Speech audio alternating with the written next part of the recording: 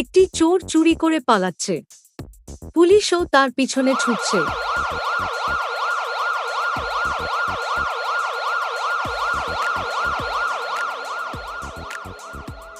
সামনে একটা রাস্তার মোড়ে সেই চোরটি 3টি ডাস্টবিন দেখতে পেল। সে তার মধ্যে একটাতে তার টাকার থলিটা ফেলে দিল। তোমরা কি পারবে পুলিশকে সঠিক ডাস্টবিন থেকে সেই টাকার থলিটা খুঁজতে সাহায্য করতে? তাহলে ভালোভাবে লক্ষ্য করো।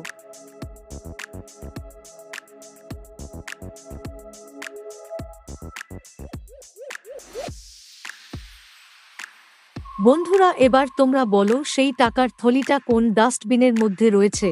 সঠিক উত্তরটি দেওয়ার জন্য তোমাদের সময় 5 সেকেন্ড, আর তোমাদের সময় শুরু হচ্ছে এখন থেকে।